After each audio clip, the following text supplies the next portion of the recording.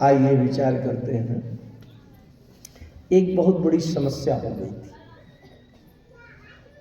राम जी गए जब वन में, दुष्ट रावण आया और सीता को उठा के ले गया लंका। क्या मतलब? राम जी यहाँ, सीता जी वहाँ, आपस में वियोग हो गया। जिसके जीवन में पति पत्नी में वियोग हो गया हो, वो बात बहुत ध्यान से समझे। एक सिद्धांत आया कि राम जी कैसे मिलेंगे, सीता जी को राम जी कैसे मिलेंगे और राम जी को सीता जी कैसे मिलेंगे।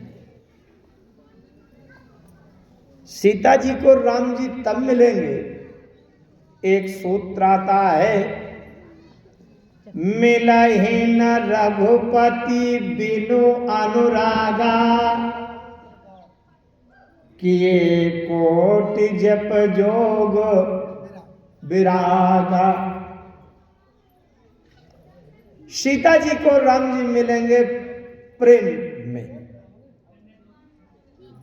अच्छा, सीता जी भक्ति हैं, राम जी ज्ञान है। थोड़ा सा 2 मिनट के लिए मैं है सिद्धांत बता रहा हूं, बाकी फिर आगे कथा प्रसंग बताऊंगा। तो सीता जी भक्ति हैं। भक्ति कैसे मिलती है?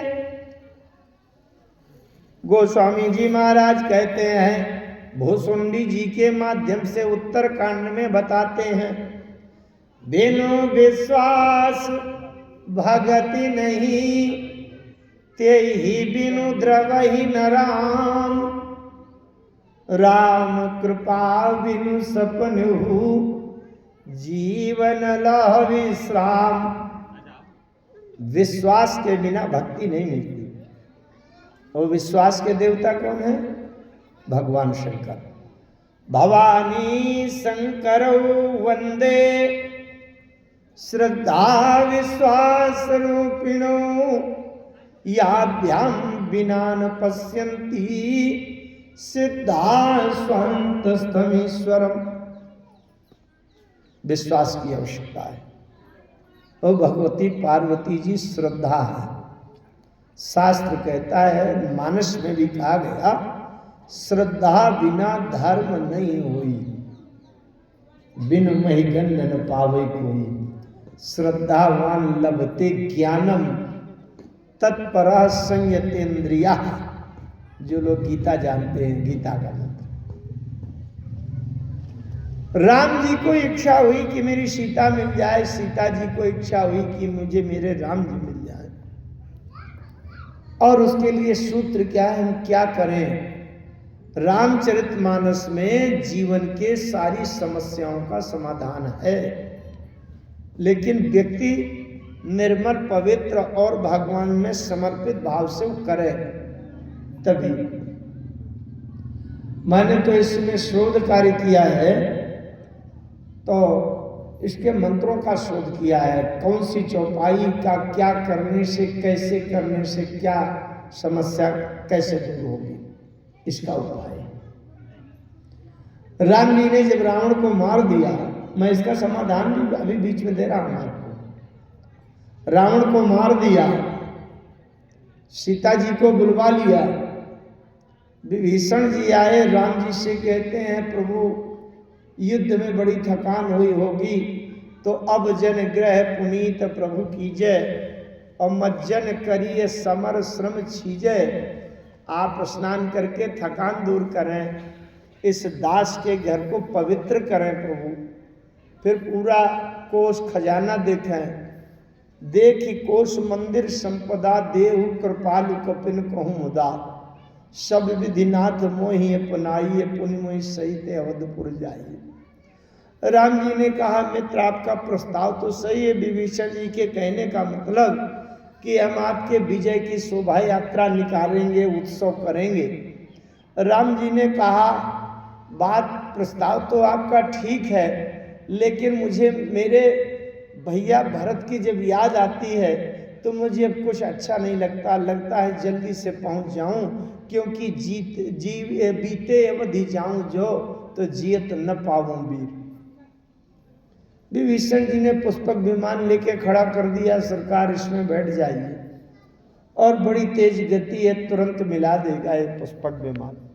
अच्छा, राम जी पुष्पक विमान में बैठ गए, कुछ मित्रों को बैठा लिया, अब पुष्पक विमान में उड़ने लगे। सीता जी भी बैठी हैं, अंगद, हनुमान, नल, नील, द्विविध, महेंद्र, जामवंत आदि सुग्रीव, विभीषण ये सब बैठे हैं।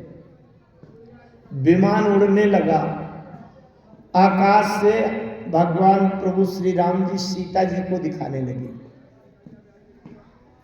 राम जी कहते हैं, कहा रघुवीर देखिरन सीता, और लक्ष्मण यहाँ हत्यो इंद्रजीता। लक्ष्मण जी ने यहाँ इंद्रजीत मेघनाद को मारा था इस जगह पर, और यहां देखो अंगद हनुमान के मारे, रण महापरे निशाचर भारे। अंगद और हनुमान ने यहां राक्षसों का संहार किया।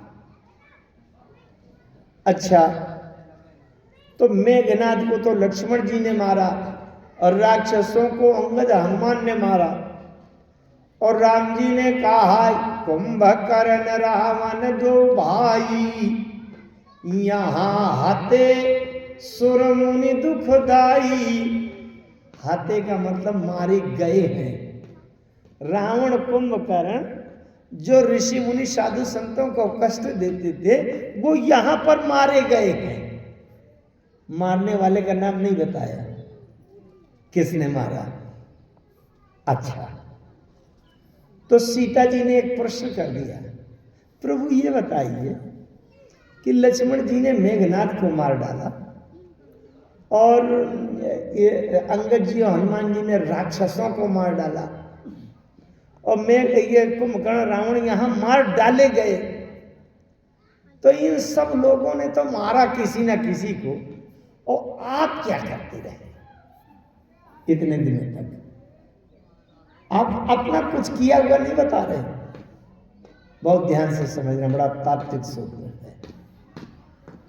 जिन लोगों के पति पत्नी का वियोग हो गया है, उन लोगों के लिए बहुत तात्विक सूत्र है। राम जी कहते हैं, सीता मैं तो केवल एक ही काम करता रहा। क्या? बोले यहां से तो बांध्यो अरु थाप्यो शिव सुख धाम। मैंने यहाँ कुल बनाया है, और मैं केवल शंकर जी की पूजा करता रहा हूं बैठे। अब जिसको जहां मरना होगा सब मर गया होगा, भोलेनाथ जाने। शिव पुराण के उमाखंड में एक बात आती है। शिव पुराण में भगवान शंकर कहते हैं उमाखंड में कि जो शंकर जी की स्थापना करके और रुद्राभिषेक करता है उस विधि से, उमाखंड की बताई हुई विधि से, और जो शिव पुराण की कथा सुनता है, भगवान शंकर की आराधना करता है, वो पति पत्नी जो दूर दूर हो गए हैं, जिनका वियोग हो गया है, उनका मिलन हो जाता है। इसीलिए राम जी ने वहां शंकर जी की स्थापना की, रामेश्वरम की स्थापना। बड़ी संभावना है कि भगवान भोलेनाथ चाहेंगे तो शिव पुराण की कथा भी होगी, और हमारे मुख्य यजमान उन्हीं के माध्यम से भोलेनाथ प्रेरणा करेंगे खुद, और ऐसी कुछ समस्या का समाधान भी भोलेनाथ देंगे। तो ये भविष्य में इसकी बड़ी संभावना है, आशा है। और मैं देवाधिदेव त्रिलोकीनाथ भोलेनाथ भगवान शंकर से प्रार्थना करता हूँ, प्रभु कृपा करके अपना यश आप यहाँ पर कहलवाने के लिए कृपा करें कि समस्या का समाधान। भगवान शंकर ने अच्छा, राम जी ने जब भगवान शंकर की स्थापना की, उसमें बात आती है शिव पुराण में कि उनका नाम पड़ा रामेश्वर। रामेश्वर इसका अर्थ किया गया भगवान शंकर हैं और राम जी हैं, ये दोनों हैं, ब्रह्मा जी भी हैं। पूछा गया, शंकर भगवान से पूछा गया कि रामेश्वर का अर्थ क्या होता है।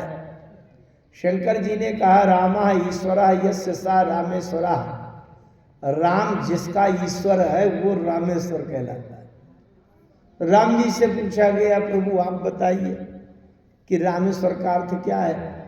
राम जी ने कहा, रामस्य ईश्वरा स रामेश्वरा, जो राम का भी ईश्वर है वो रामेश्वर है। ब्रह्मा जी से पूछा गया, ये तो दोनों उल्टे अर्थ बता रहे हैं, आप बताइए क्या है। ब्रह्मा जी ने कहा, राम या रामा सा ईश्वरा, राम मने राम और ईश्वर मने शंकर जी। जो राम है वही ईश्वर है, जो ईश्वर है वही राम है, इसलिए दोनों तत्वता एक है। पूर्ण ब्रह्म के श्रेणी में कोई किसी का छोटा बड़ा नहीं समझना चाहिए, हमारे लिए पूर्ण ब्रह्म।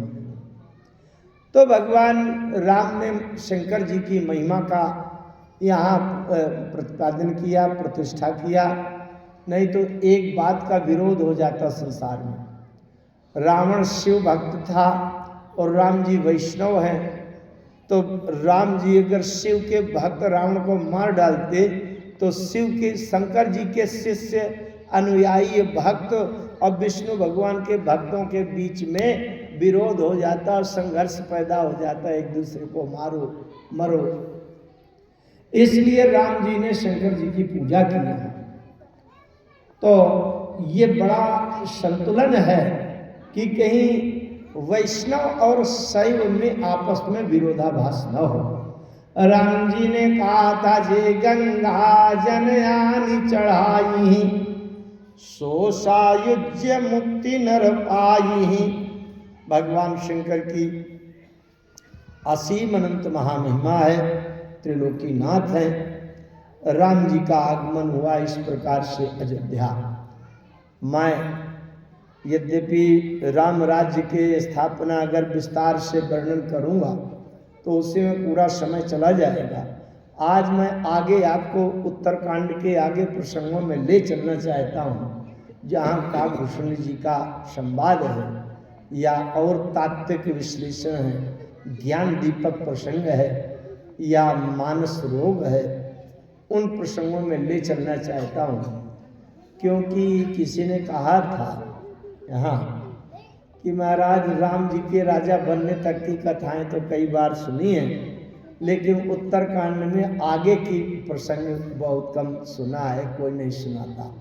तो हमने कहा चर्चा करेंगे। राम जी राजा बन गए और बढ़िया राम राज बैठे, त्रैलोका हर्षित भय गए सब शोका, बैर न कर काहुसन कोई, राम प्रताप विषमता कोई। दये कदये वेक भौतिक तापा, राम राज नहीं काहुई व्यापा। अगर किसी को कोई बहुत भयंकर रोग बीमारी है असाध्य, जो दवा कराते कराते हार गए हैं, ठीक नहीं हो रही, वो इस चौपाई का जाप किया करें। यद्यपि इनकी विधि भी है पहले, और तो इस चौपाई का जप किया करें तो उससे बीमारी ठीक हो जाती है, असाध्य रोग ठीक हो जाता है। ये मेरे जीवन के शोध के अंतर्गत है। और एक बात सबसे पहले ये बता दूं, गीता प्रेस गोरखपुर के रामचरितमानस घर में रखना। किसके किसके घर में रामचरितमानस नहीं है, ये जरा हाथ उठाओ। ऐसा भी है कोई क्या कि जिसके घर में रामायण नहीं है? तुलसीकृत रामायण रामचरितमानस सबके घरों में है ना। तो उसमें बालकांड के दोहा नंबर 31 से 32 खा तक का रोज पाठ किया करें। मैंने पिछले भी बताया होगा, इस एक दोहे के अंदर जितनी चौपाइयां हैं उसमें इतना तेज मंत्र शक्ति सन्निहित है कि उससे आपके जीवन की सारी समस्याओं का समाधान हो जाएगा। यद्यपि उसके सिद्ध करने की विधियां और हैं, वो आवश्यक है जब समझना, वो तो खैर पद्धति से समझना पड़ेगा। लेकिन सामान्य रूप से अगर आप सिद्ध ना भी करें तो भी सीधे पाठ करें। बालकांड में दोहा नंबर 31 से लेकर और 32 खा तक राम कथा मंदाकिनी चित्रकूट चितचारु तुलसी सुभग स्नेह बन सिय रघुवीर बिहारू। यहाँ से पाठ शुरू करें और चौपाइयाँ जितनी हैं पढ़ते हुए अगले दोहे पर, आगे में 2 दोहे हैं लगातार, दोनों दोहे पढ़कर इतना रोज पढ़ें। कौन? छोटे छोटे बच्चे हों उनको विद्या आएगी, अच्छी शिक्षा, बुद्धि तेज हो जाएगी। जो लोग विवाहित हों, कोई रोगी हो तो स्वस्थ हो जाएंगे। पैसे रुपया की धन की कमी हो तो आपको धन मिल जाएगा, गरीबी दूर हो जाएगी। अदालत में मुकदमा चल रहा है, मुकदमा शांत हो जाएगा। कोई शत्रु बहुत खतरनाक आपके सामने है, वो शत्रु की दुश्मनी या तो समाप्त हो जाएगी, नहीं शत्रु है चला जाएगा। खोया हुआ व्यक्ति मिल जाएगा, बिछुड़े हुए स्वजन मिल जाएंगे अगर ये एक दोहे का पाठ करते हैं। और ज्ञान मिल जाएगा, भक्ति मिलेगी। आपके जीवन में पूर्व जन्मों से अगर कोई ग्रह नक्षत्र खराब है, वो ग्रहों की शांति अपने आप इसमें हो जाएगी पाठ करने से। अगर किसी का भाग्य खराब है, पूर्व जन्मों के कर्म खराब है, तो उस बिगड़े हुए का भाग्य भी ठीक हो जाएगा अगर आपकी ईश्वर में, परमात्मा में विश्वास निष्ठा है। क्योंकि इस जीवन में, इस शरीर में इस पर शोध किया है, PhD किया है और ये निकाला है कि बालकांड में 31 से 32 खा दोहे के बीच में सबसे बड़ी मंत्र शक्ति भरी हुई। प्रत्येक व्यक्ति इसका पाठ करे, चाहे वो बेटियां हों, बहुएं हों, माताएं हों, छोटे हों, जवान हों, बूढ़े हों, समस्या कोई भी समस्या हो वो सब शांत हो जाएगी, उनके लिए है। आइए आगे चलते हैं। राम जी राजा बन गए और सब प्रकार से प्रसन्नता बढ़ गई। एक बात और बता दूं मैं, जब तक राम राज्य के लक्षण हमारे जीवन में नहीं आते, घर में नहीं आते, परिवार में नहीं आते, गांव में नहीं आते, तब तक इस जीव की समस्या, दुख, हृदय की जलन कोई शांत नहीं कर पाएगा। जीव के हृदय की जलन कोई जीव तो शांत नहीं कर पाएगा बिना भगवान के। भगवान के अलावा और कहीं ठिकाना नहीं है मित्रों।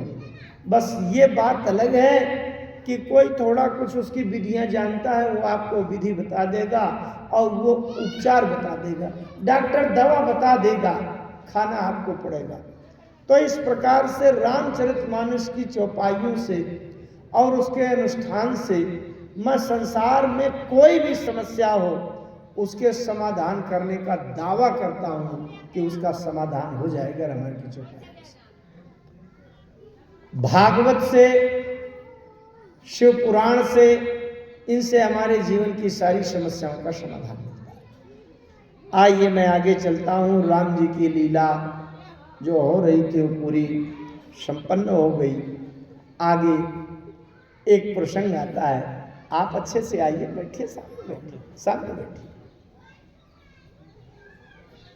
वाह, हमारे मस्त राम पटेल जी, क्या बात है, मस्त रहे मस्ती में, राम जी साथ में लगे हैं, आनंद है। आप भी राम कथा का आयोजन कराते हैं, बड़े सरल हैं और आपके घर में रह कर के भी मैंने आपके पूरे परिवार और आपका भाव स्वभाव देखा है। आपके सुपुत्र चंदन सिंह बड़े ही रामायण के बड़े प्रेमी हैं और बहुत अच्छी समझ है उनकी, बारीक पकड़। वाह। राम जी का जब युद्ध हो रहा था लंका कांड में, उस समय मेघनाद जब आया युद्ध करने, और मेघनाद ने ऐसा तांत्रिक कोई प्रयोग कर दिया कि जो भी धनुष से बाण निकलता था वो सांप बन करके, नाग बन करके राम जी के शरीर में लिपट जाता था। पूरे बंदरों में सांप लिपट गए, सब लोग तो बेचारे बंदर तो निर्वश हो गए, और राम जी के भी पूरे शरीर में बांध लिया सांपों ने। अब कौन क्या करे, सभी बंधे पड़े हैं। नारद जी ने देखा, नारद जी बड़े भावुक भक्त हैं, दौड़े दौड़े गए बेचारे, जब सांप लिपटे हैं। अच्छा जहरीले सांप है, बताओ कौन हाथ लगाएगा, डर लगता है शायद हमारे खुद से मार दिया तो हम ही लुढ़क गए, फिर क्या होगा। नारद जी बेचारे दौड़े दौड़े चले गए और गरुड़ जी के पास गए। गरुड़ जी से कहा, गरुड़ जी आपका नाम सुनकर के सांप भागते हैं, सांप का विष उतर जाता है, तो आपको सांपों से कोई डर नहीं है, इसलिए चलिए हमारे सच्चिदानंद परब्रह्म परमात्मा महामायापति सच्चिदानंद वो नागपाश के बंधन में बंध गए हैं, तो उनको चल के छुड़ा दीजिए। ठीक है। गरुड़ जी गए, वहां जा करके देखा तो राम जी बंधन में बंधे पड़े थे। काहे का बंधन? सांपों का बंधन, नागपाश में। गरुड़ जी ने सारे सांपों को काट काट कर खा कर सांपों को मार डाला और बंधन मुक्त हो गया। राम जी के हाथ पांव छूटते तो राम जी ने कहा, अरे भैया बड़ा मेरा वो कर दिया, छुड़ा दिया, नहीं तो बड़ा बेबस हो गए थे, क्या बताऊं। लौट कर जाने लगे गरुड़ जी, तो गरुड़ जी के मन में बुद्धि में तर्क आ गया कि मैंने तो सुना था कि राम वो है।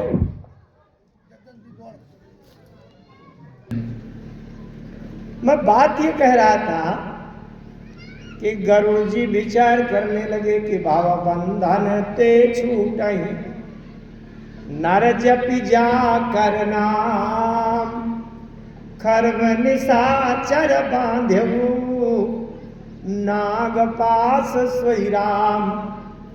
मैंने सुना है शास्त्रों में, जानता भी हूं। फिर से लाइट आ गई। तो जिनका नाम ले लेते हैं, जा सुनाम जपी सुनहु भवानी, भाव बंधन काटहि नर ज्ञानी। जिनका नाम लेने मात्र से संसार के बंधन खुल जाते हैं, जीव मुक्त हो जाता है। और उसी को एक छोटे से राक्षस ने अपने तांत्रिक माया के बंधन में, बताओ, नागपाश में बांध दिया। अब वो तो अच्छा हुआ कि मैं पहुंच गया, नहीं तो जय सीताराम था। ये सोच करके तर्क होने लगा। अच्छा गरुड़ जी के मन में जब तर्क हुआ तो सबसे पहले नारद जी के पास गए। नारद जी के पास गए,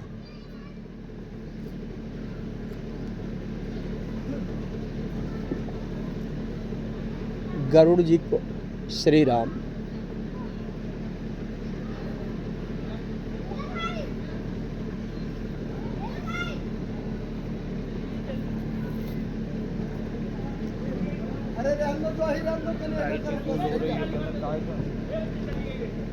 श्री राम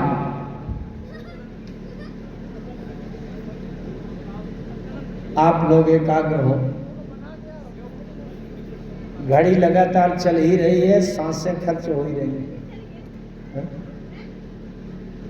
कलयुग में मनुष्य को पूर्ण आयु जीवन जीने के लिए गिनती की 92 करोड़ श्वासें मिलती हैं।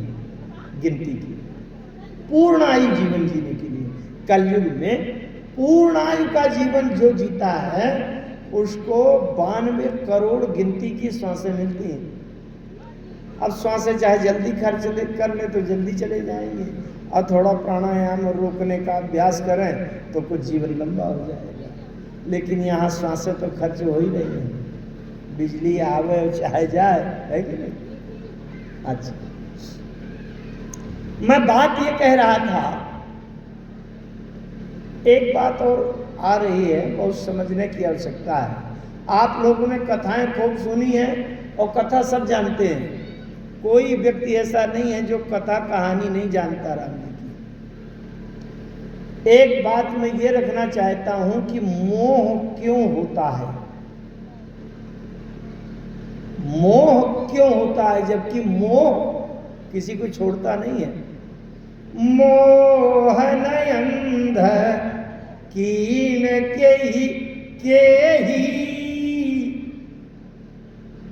भैया, छोटे मोटे को मोह होता, साधारण लोगों को तब तक तो ज्यादा ध्यान न देते, लेकिन जब देखा गया है कि भगवान भोलेनाथ शंकर जी की पत्नी अर्धांगिनी प्रिया सती जी को मोह हो गया, जब ये देखा गया कि भगवान विष्णु के वाहन यान सवारी, जिसके पीठ में विष्णु भगवान श्री हरि नारायण बैठकर यात्रा किया करते हैं, और उड़ान भरते समय पंख ऐसे हिलाने में वेदों के मंत्र जिनके पंख से निकलते हैं, उन गरुड़ जी को मोह हो गया।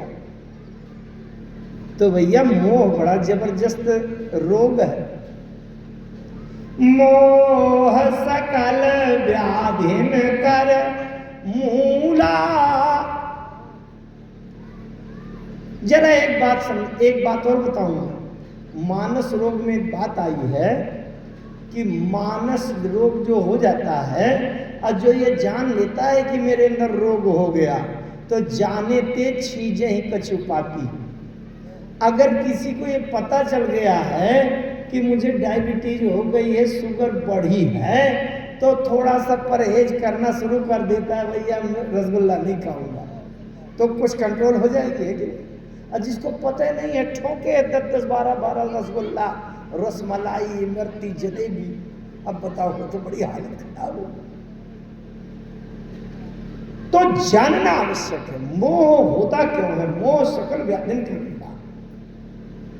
बड़ी सरल पद्धति बताऊं, कठिन बात नहीं बताऊंगा, लेकिन समझने की मानसिकता बना लीजिए। जो लोग ये सोच कर आए होंगे कि हंसी चुटकुला सुनने को मिलेगा, वो यहां नहीं मिलेगा। मैं हाथ जोड़ता हूं। देखिए उदाहरण दे रहा हूं। एक आदमी यहां दौड़ता दौड़ता आया और उसने कहा इस पर्दा के पीछे 25 फुट लंबा आदमी खड़ा है। ध्यान से समझना उदाहरण। हमें बड़ा अटपटा लगा, आश्चर्य लगा। 5 फुट का, 5.5 फुट का, 6 फुट का तो आदमी देखा है, पर 25 फुट ऊंचा आदमी नहीं देखा हमने। तो हमें आश्चर्य होगा, अटपटा लगेगा, और हम क्या करेंगे, दौड़कर जाएंगे पर्दा के पीछे।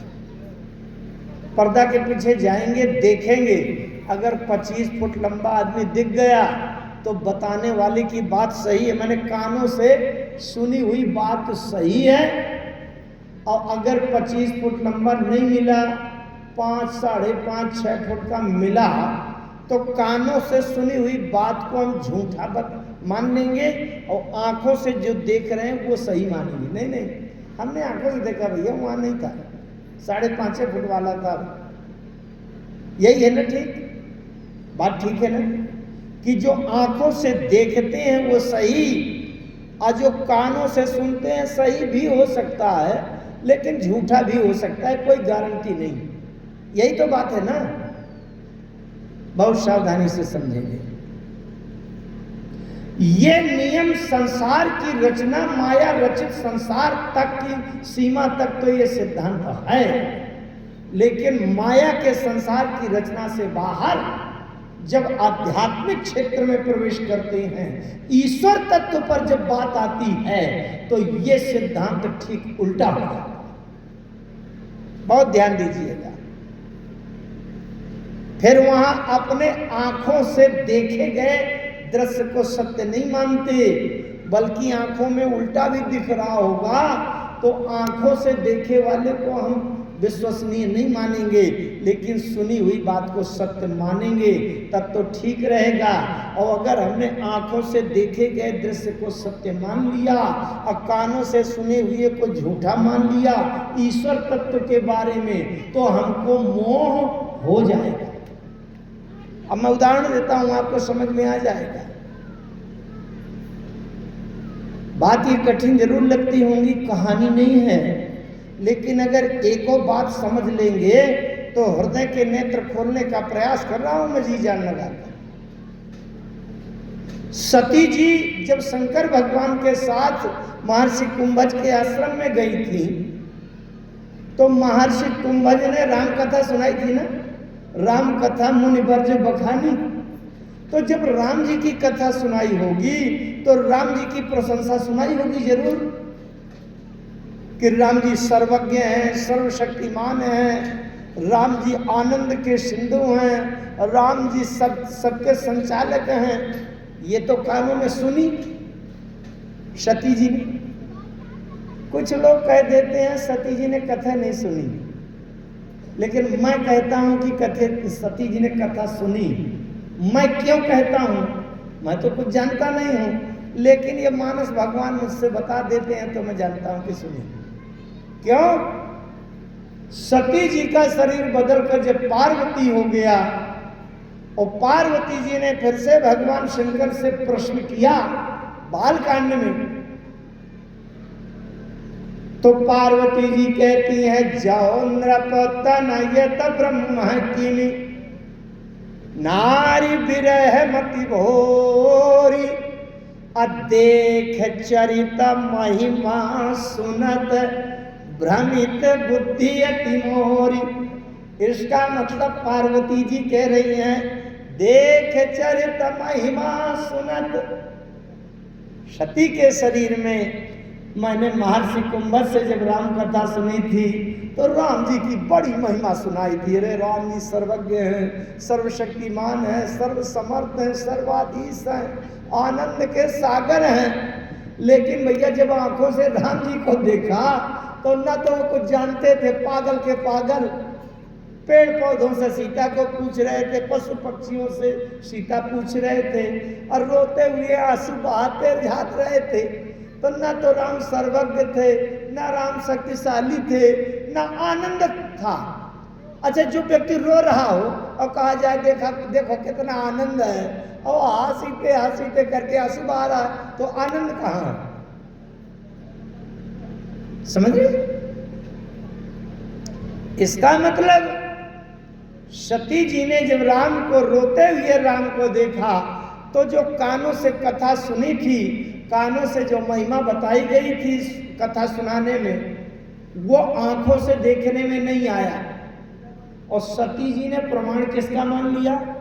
अपने आंखों से देखे हुए रोते हुए पागल राम को सत्य मान लिया और सुनने वाली कथा को झूठ मान लिया। तो सती को मोह हो गया। बात समझ रहे? इसी प्रकार से गरुड़ जी से नारद जी ने कहा था परब्रह्म परमात्मा व्यापक ब्रह्म महामायापति हमारे नागपाश में बन गए हैं। गरुड़ जी ने जाकर के देखा कि जरा देखो कैसे है परब्रह्म परमात्मा। लेकिन जब वहां परब्रह्म परमात्मा सच्चिदानंद महामायापति का कोई लक्षण, कोई प्रभाव नहीं दिखाई पड़ा, वो तो बेचारे बेबस राम ऐसे सिकुड़े हुए पड़े थे, सांप लिपटे हुए थे। अरे भैया ये असली नहीं है, ये तो नारद जी को धोखा हो गया। इसलिए चलो ठीक है, सांप काट के इनको मुक्त किए दे रहा हूं, लेकिन नारद जी से बता दूं, नारद जी आप तो बड़े भोले भाले हैं, वो असली परब्रह्म परमात्मा नहीं, वो नकली है। गए व्याकुल गयो देवर सिपाही कहे सी जो संशय निज मन माही। देखिए यहां की पंक्ति में आपको स्मरण कराता हूं। गरुड़ जी विचार कर रहे हैं व्यापक ब्रह्म बिरज बागीसा ओ माया मोह पार परमीसा सो अवतार सुन्यो जग माही पर देखो सो प्रभाव कछु नहीं। भगवान की जो महिमा सुनी है वो आंखों से देखने में नहीं मिली। इसलिए भैया हम आंखों का देखा सही मानते हैं, नकली राम है, असली नहीं है। जब भगवान के बारे में हम अपने आंखों से देखे हुए दृश्य पर विश्वास कर लेते हैं, वही मोह हो जाता है। ध्यान दीजिएगा, अभी तक संसार की रचना में आंखों से देखा हुआ सत्य और कानों से सुना हुआ झूठ मानते हैं, लेकिन आप लोग ये बताइए, इतने बड़े पंडाल में आज तक किसी ने अपनी आंखों से सत्य तत्व को देखा है?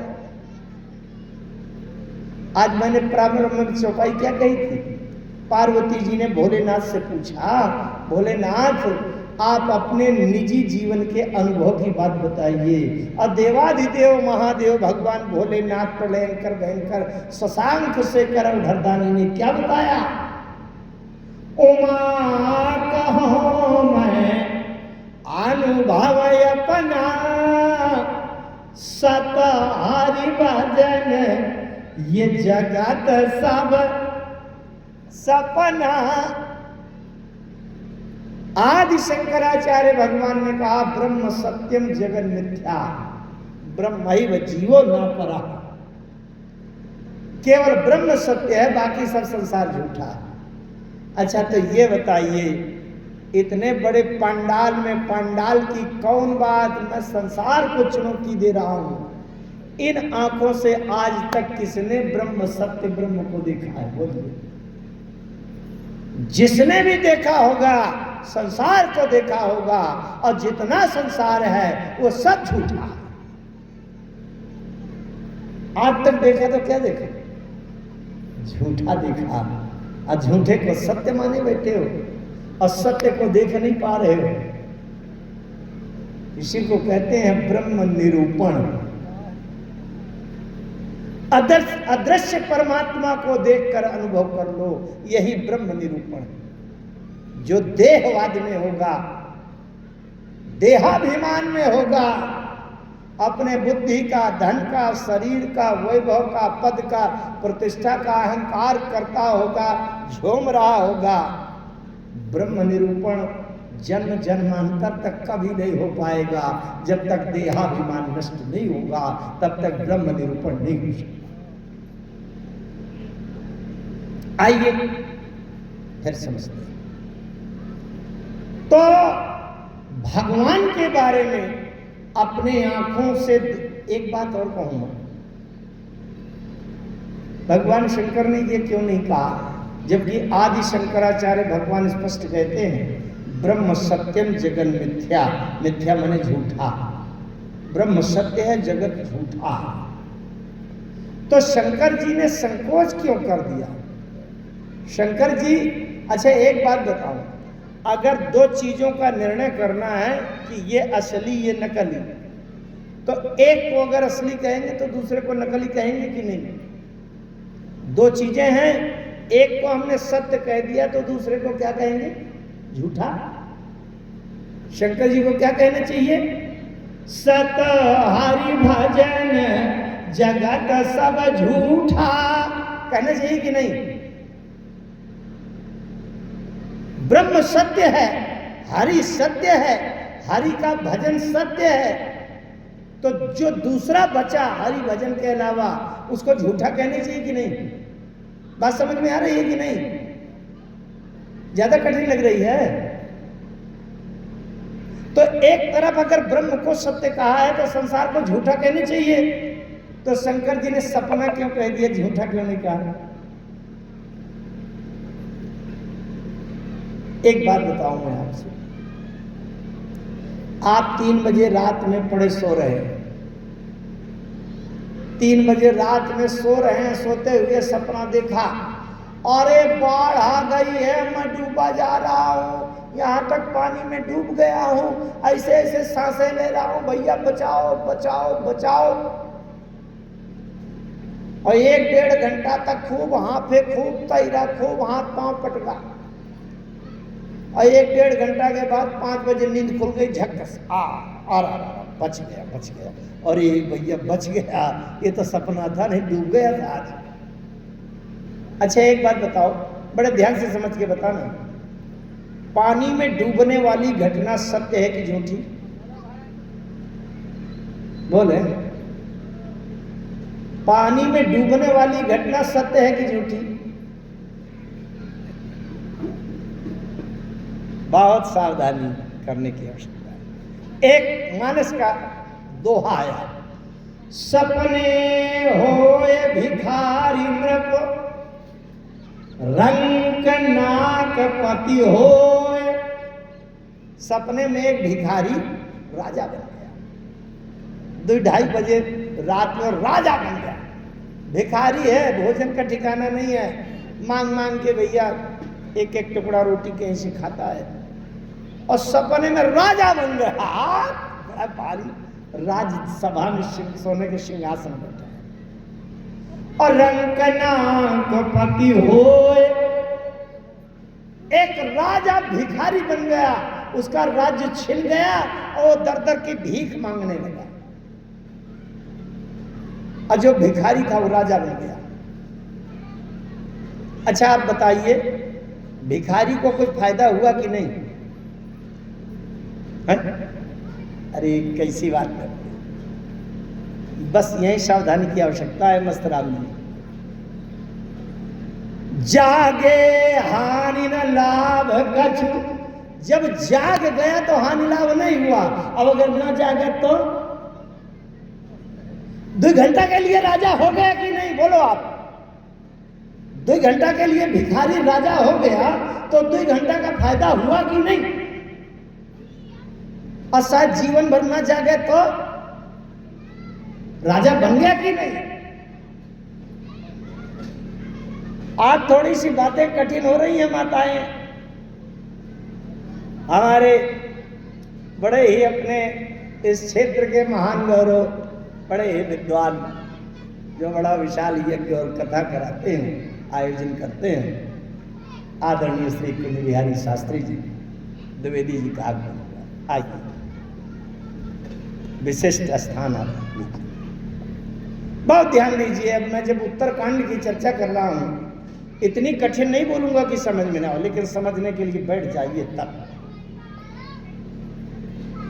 एक व्यक्ति सो रहा था और 2-2:30 बजे रात में आग लग गई सपने में, और वो जला जा रहा है। अरे भैया बचाओ, जला जा रहा हूं, जला जा रहा हूं, हाथ रहा। और जब नींद खुली तो अरे भैया बच गया, सब नहीं जल गया। आग लगने वाली घटना क्या है?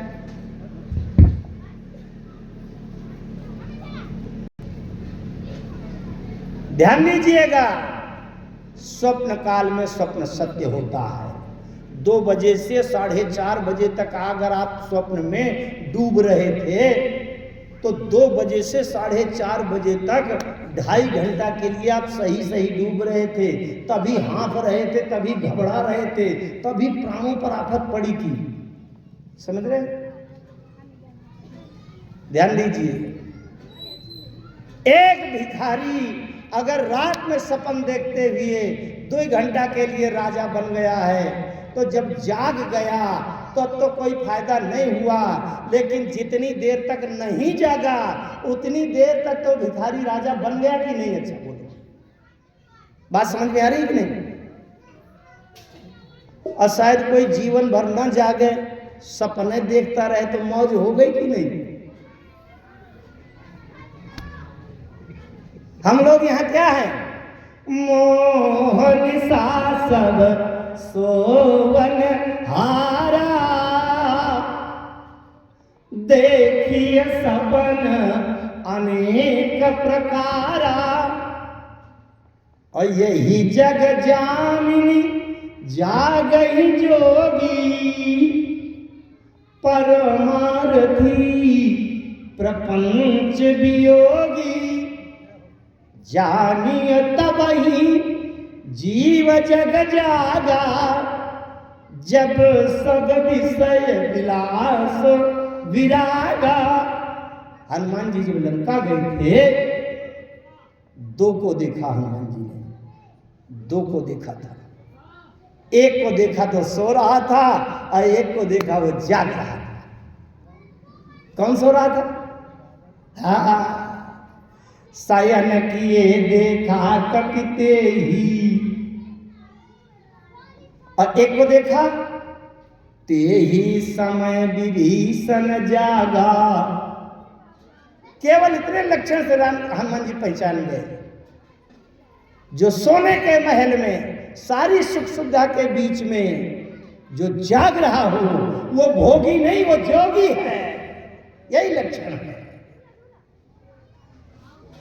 समझ रहे? हम लोग जो अपने बड़े बड़े घर, मकान, कार, बंगला, गाड़ी, सोना, चांदी और बैंक के का अमाउंट देख देख कर छाती तान रहे हैं ना, सब स्वप्न देख रहे हैं, यथार्थ नहीं। और जिसने जो जाग गया है, जानते हो क्या कहता है? और ये झूठो है, झूठो है, झूठो सदा जग, संत का हंत जे अंत लहा है। कवितावली, गोस्वामी तुलसीदास जी की रचना। गोस्वामी जी कहते हैं झूठो है, झूठो है, झूठो सदा जग। 3 बार कहा है। कोई बात 3 बार कह दी जाए पक्की मानी जाती है। 3 बार कहने का मतलब ये संसार झूठा था, झूठा है और भविष्य में झूठा रहेगा।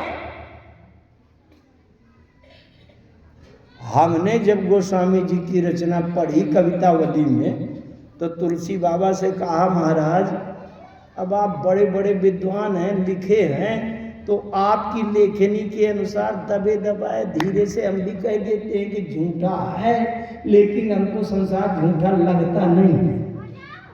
अच्छा, लगता है किसी को?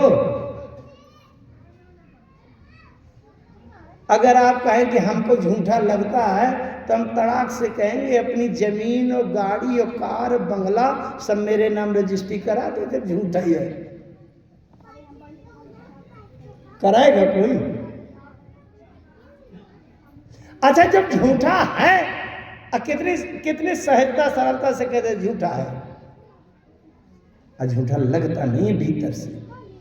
अगर झूठा लगता होता तो बार बार लौट लौट कर अपने ही घर में, अपने ही पत्नी पुत्र परिवार में क्यों घुस के बैठते, क्यों उन्हीं को रुपया पैसा देते, कहीं भी चले जाए। क्यों? इसलिए कि अभी हम स्वप्न काल में स्वप्न में देख रहे हैं, अभी हम जागे नहीं हैं। और जो जाग गया है उसे पता चल गया है कि ये झूठा है किसी काम। अगर हमको सही लग रहा है संसार, तो इसका मतलब हम स्वप्न काल में अभी जागे नहीं है, स्वप्न देख रहे। गोस्वामी जी ने कहा कि झूठो है, झूठो है, झूठो सदा जग, और संत का हंत जे अंत लाहे। उन संतों ने कहा है जिन्होंने इसका अंत निचोड़ पाया है। इसका मतलब अभी हमने अंत नहीं पाया, अभी हम पीछे स्वप्न काल में सपन देख रहे हैं। अच्छा, एक सपन बहुत अच्छा हमारे फायदे का है। अजम जास उर सपने हुकाऊ, हो ही लखन सिय राम बटाऊ, राम धाम पथ पाई सोई, अजो पथ पाऊ कबहू कोई। तो भाई कुछ लोगों की दृष्टि में संसार झूठा है और कुछ लोगों की दृष्टि में संसार सही है। तभी तो इतनी सावधानी से अपना सोना चांदी तिजोरी में रखते हैं, अपनी जमीन, खेती, मकान, व्यापार, कारखाना, ये सब सावधानी से करते हैं। इतना लगन लगा के हम चुनाव जीतते हैं, लड़ते हैं कि हम भी मुख्यमंत्री बन जाएं, तभी तो उनको झूठ नहीं लगता। शंकर जी ने सोचा कि अगर मैं ये कहूंगा कि सत हरि भजन जगत सब झूठा, तो तमाम भक्त मुझसे लड़ पड़ेंगे, भोलेनाथ झूठा कैसे लिख रहे हैं। हमने इतनी मेहनत करके इतना बड़ा घर बनाया, इतनी जमीन खरीदी, आज झूठा कह रहे हैं। भगवान भोलेनाथ ने लिख दिया सीधे सीधे, सत हरि भजन जगत सब सपना। इसका मतलब जो स्वप्न काल में स्वप्न देख रहे हो तो उनके लिए सपना सत्य है, और जो स्वप्न काल से आंख खुल गई हो, जाग गए हो, उसके लिए सपना झूठा। इसलिए सपना में कोई विवाद नहीं मच होगा। जो स्वप्न देख रहे हैं वो अपना सत्य, जो सत्य माने हो वो भी सपना देख रहे हैं, और जो झूठा समझ गए हो सपने से जाग गए हैं। इसलिए भैया संसार जगत सब सपना। लेकिन संसार में तो दो मत है, मतांतर है। कोई कहेगा सत्य है, कोई कहेगा झूठ है। जो लोग विनय पत्रिका पढ़ते हो, मैं तो और गहरी मीमांसा करता हूं विनय पत्रिका की।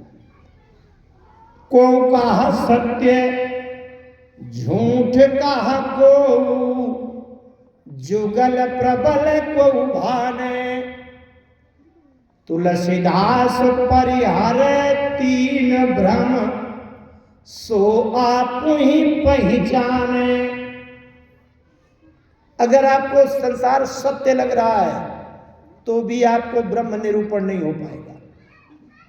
अब अगर आप संसार को पूरा पूरा झूठ कह रहे हैं तो भी आपको ब्रह्म दर्शन नहीं हो पाएगा। अब अगर आप ये कहें कि सत्य भी है झूठ भी है तो भी आपको ब्रह्म दर्शन नहीं हो पाएगा। बहुत कठिन बात है ये। तुलसीदास परिहर तीन भ्रम। यद्यपि यह संसार झूठा है लेकिन ये सत्य क्यों भास रहा है? क्योंकि सत्यता का संचार है इसमें। जासो सत्यता ते जड़ माया, भास सत्य मोह सहाया। जिसकी सत्यता से एक बार राम जी और लक्ष्मण जी जा रहे थे, सीता जी का हरण हो गया था, ढूंढते हुए चले जा रहे थे। एक तालाब के किनारे पहुंचे, एक तालाब के किनारे जाकर खड़े हो गए। उस तालाब में कमल फैले हुए थे। कमल वाले तालाब तो आपने देखे होंगे, देखे हैं ना? कमल के पत्ते बहुत चौड़ाई से फैल जाते हैं, और जिस तालाब में कमल के पत्ते फैल जाते हैं तो इतना पत्ते पत्ते हो जाते हैं कि फिर उसमें पानी नहीं दिखाई देता। कमल के जो पत्ते होते हैं उनको जानते हैं मानस में क्या कहा गया है, क्या कहते हैं? पुरैन। पुरैन जानते हैं? आप लोग कुछ संकेत नहीं दे रहे। पुरैन नहीं जानते? पुरैन सघन चारु चौपाई।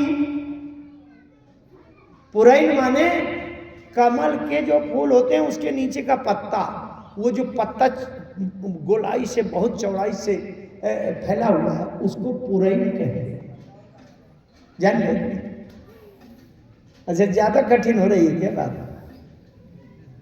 जब राम जी ने लक्ष्मण से पूछा तालाब के किनारे खड़े होकर, लक्ष्मण क्या दिखाई दे रहा है? लक्ष्मण जी ने कहा, प्रभु पुरैन दिखाई दे रही है।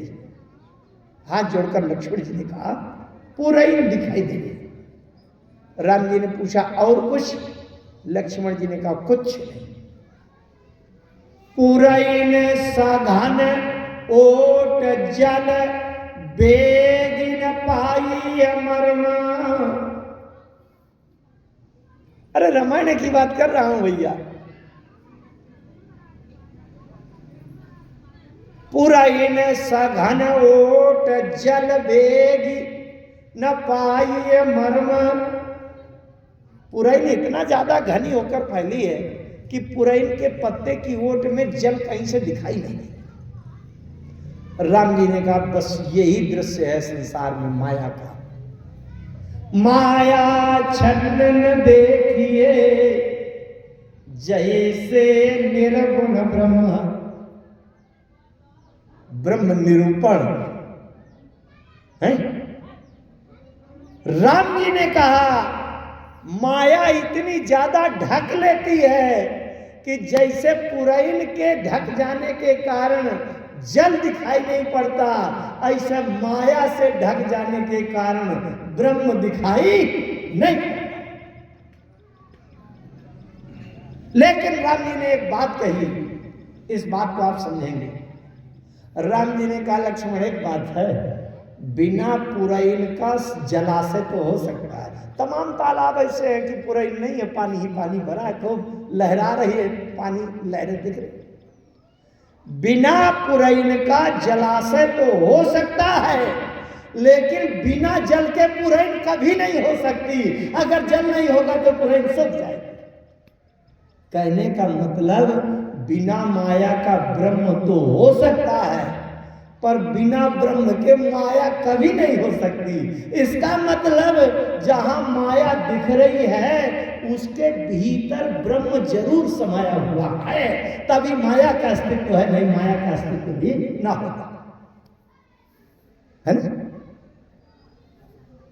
बिजली का तार जिससे आप कनेक्शन करते हैं, कॉपर का हो या सिल्वर का हो, एल्युमिनियम का, बाहर से तो देखने में साधारण तार जैसा लगता है, लेकिन उसके अंदर करंट संचालित है। इसी प्रकार से जासु सत्यताते जड़ माया,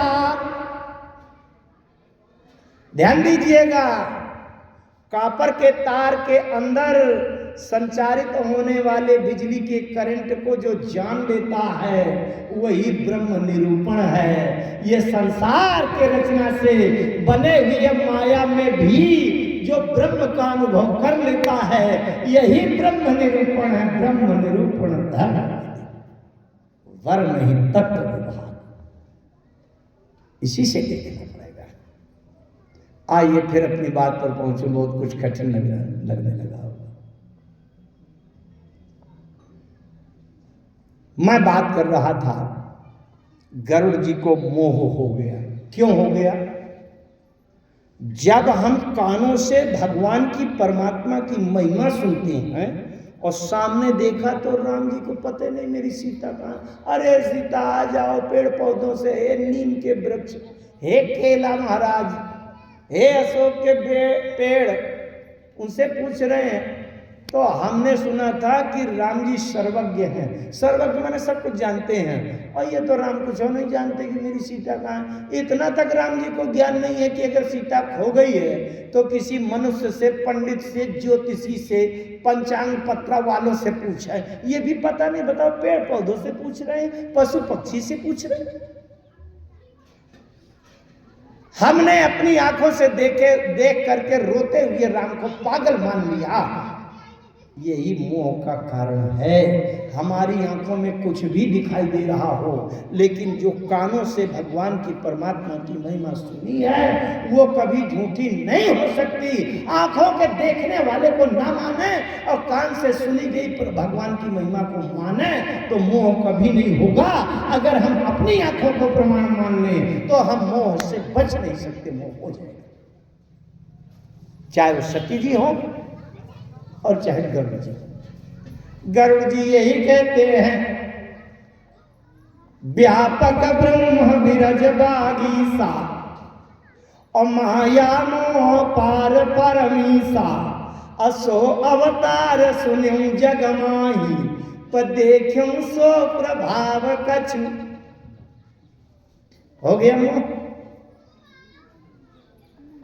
इसलिए अपनी क्यों, इसका कारण है।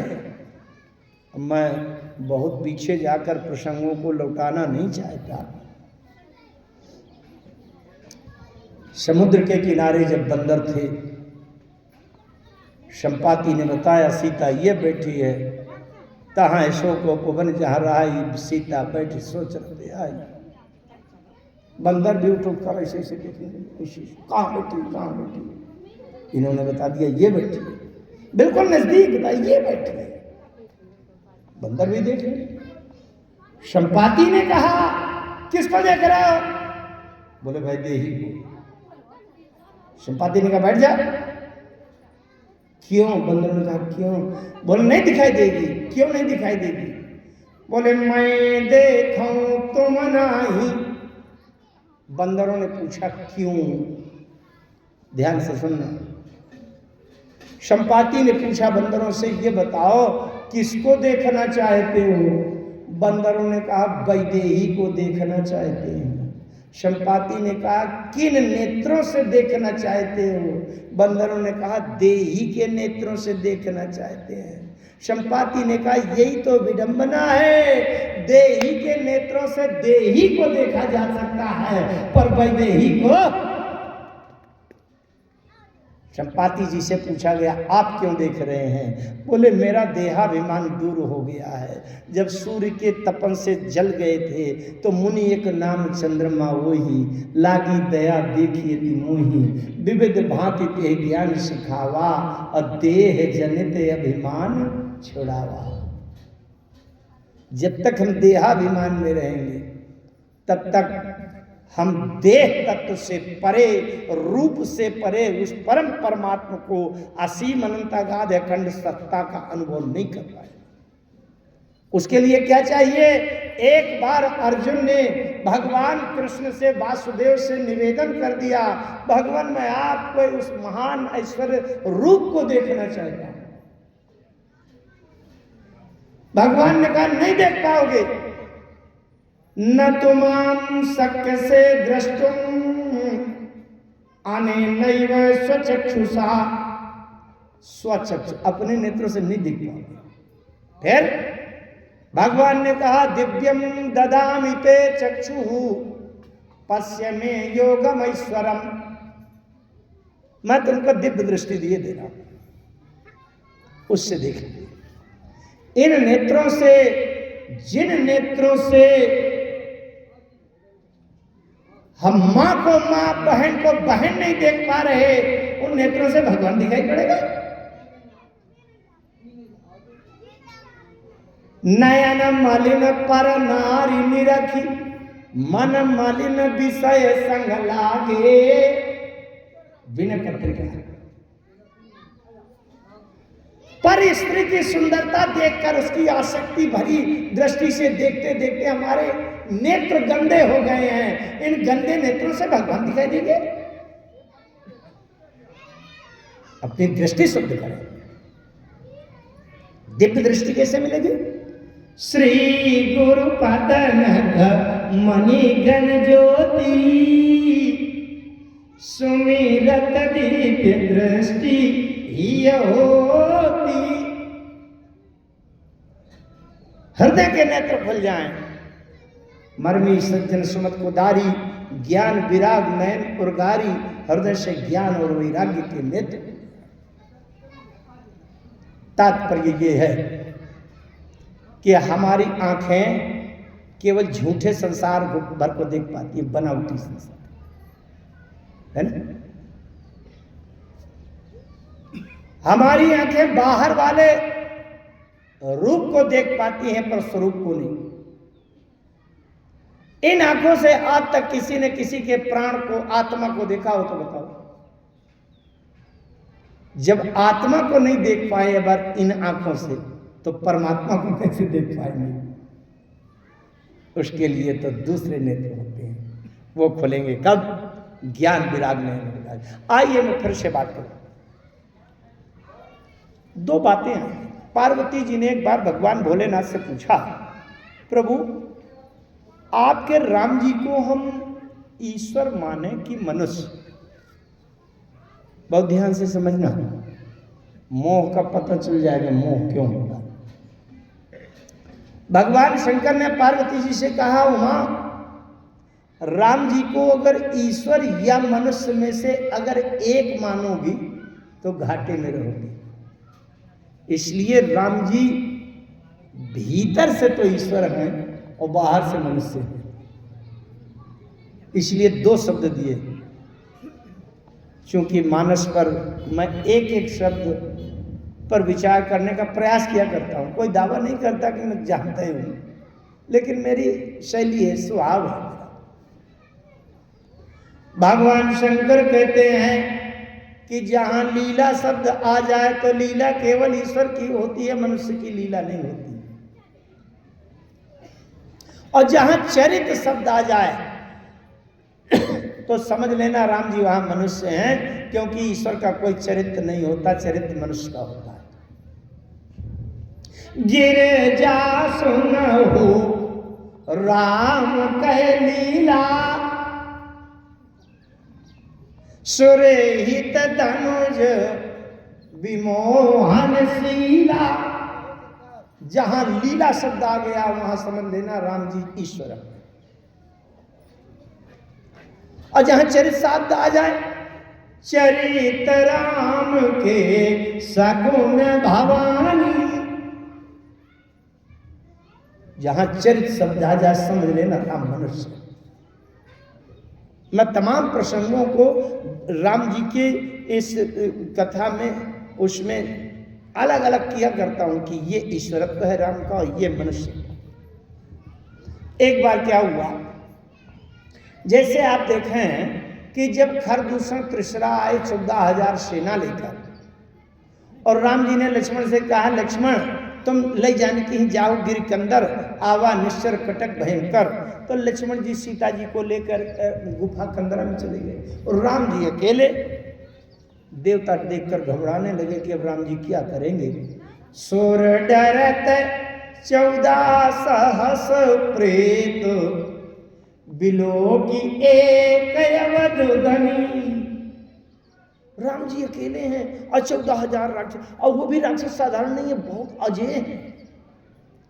सुर मुनि सभाए प्रभु देखी, माया नाथ अति कौतुक करो। मायानाथ से बता दिया कि राम ईश्वर है। देखा ही परस्पर राम करी संग्राम, रिपुदल लरी मरो। राम जी ने अपनी एक माया फैला दी कि हर राक्षस के आगे दूसरा राक्षस राम की तरह दिख रहा है। उसने कहा मारो राम को, और उसने उसको कहा मारो राम को। एक दूसरे को राम देख करके मार मार के सबका विनाश कर दिया। कर उपाय प्रभु मारे क्षण में कृपा, रिप मारे क्षण में कृपा। ये क्या है? ये राम का ईश्वरत्व है। जैसे अयोध्या जब लौट के आए थे, अयोध्या में पता चल गया राम जी आ रहे हैं, तो प्रेमा तोर सब लोग निहारी, कौतुक कीन कृपालु खरारी।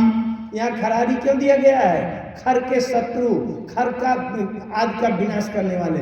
इसका मतलब खर दूषण आदि के सामने जो टेक्निक राम जी ने फैलाया था वही यहाँ भी कर दिया है ना। खर दूषण त्रिशा के सामने सबके आगे एक एक राम मिल गए। तो अमित रूप प्रगटे तेहि काला, अजथा जोग मिल सब ही कृपाला। भगवान शंकर ने कह दिया क्षणमः सब ही मिले भगवाना, उमा मरमया काहू न जाना। भगवान, यहां भगवान क्या? अब ये बात अलग है कि राम जी ने जो व्यवहार अयोध्यापुर वासियों के सामने किया, भाई अयोध्यापुर वासियों के सामने एक एक राम प्रकट हो गए, तो उन्होंने राम को पाकर अपने जीवन को धन्य कर लिया, राम से मिल गए। और खरदूषण त्रिशरा के सामने एक एक राम प्रकट हो गए और उन्होंने राम को मार मार कर एक दूसरे को मार डाला। तो राम तो सबके सामने मिल गए, अब कोई उनका लाभ ले ले और चाहे अपना नाश कर दे, ये ईश्वर। लेकिन कई जगह पर राम जी ने मानवीय चरित्र किया है। लक्ष्मण जी को मूर्छित शक्ति लग गई, मूर्छित हो गए। हनुमान जी औषधि लेने गए और गए थे, कह रहे थे कि मैं तुरंत अभी लेके आ रहा हूँ, लेकिन यार धराते गए कभी नहीं आयो, राम उठाए मुझे बुलायो। वहाँ राम लक्ष्मण ही निहारी, अब बोले बचन मनुज अनुसारी। जब मनुज अनुसारी लिखा है तो वहां राम को ईश्वर मत मानिए। उस प्रसंग में कई प्रश्न आए, कई अटपटी बातें राम जी ने किया। कुछ लोग मानस पढ़ने वाले प्रश्न भी किया करते हैं। कभी आप लोगों के मन में प्रश्न आएगा तो उसका समाधान किया जाएगा, लेकिन अब आज समाधान करने का समय नहीं, मैं आपको उसका मूल तत्व केवल बता दे रहा हूं। क्योंकि मनुज अनुसारी से ये दोहा प्रारंभ हुआ, वहां राम लक्ष्मण निहारी बोले वचन मनुज अनुसारी। कभी तो कहते हैं निजन्नी के एक कुमारा, तो कभी कहते हैं सौंपे हो मोह तुम्हें कहीं पानी, तो कभी कहते हैं जब जानते हो बन बंधु बिछो। इसका मतलब जानते ही नहीं है क्या? पार्वती जी ने भगवान शंकर से पूछ लिया, भोलेनाथ ये राम जी आपके पागल पड़ गए क्या? ये बड़ी पागलों जैसी बात कर रहे हैं। भगवान शंकर ने बता दिया, भाई पार्वती जी ने कहा इसका मतलब इनका ज्ञानवान सब खंडित हो गया क्या? ज्ञान नहीं रह गया क्या? कहते हैं जो जानते हो बन बंधु बिछो। जो मैं जानता कि ऐसा हो जाए, तो ये जानते नहीं है क्या? भगवान शंकर ने एक ही बात कह दी, उमा एक खंड रघुराई, अन्नर गति भगति कृपालु दिखाई। यहां राम को सर्वज्ञ मत ढूंढना, यहां नरगति दिखा रहे हैं। बहुत ध्यान से समझिएगा बात को। जहां राम जी नरगति दिखा रहे हैं, जहां राम जी बोले वचन मनुजी अनुसारी हैं, जहां राम जी हा सीता करके अपनी सीता को ढूंढ रहे हैं मनुष्य की तरह, जहां नारद जी के श्राप को स्वीकार करके आंसू बहाना जरूरी समझकर और ये चरित्र कर रहे हैं, और वहां राम के उस चरित्र में हम ईश्वरत्व ढूंढेंगे और ईश्वरत्व नहीं मिलेगा तो हमें मोह हो जाएगा।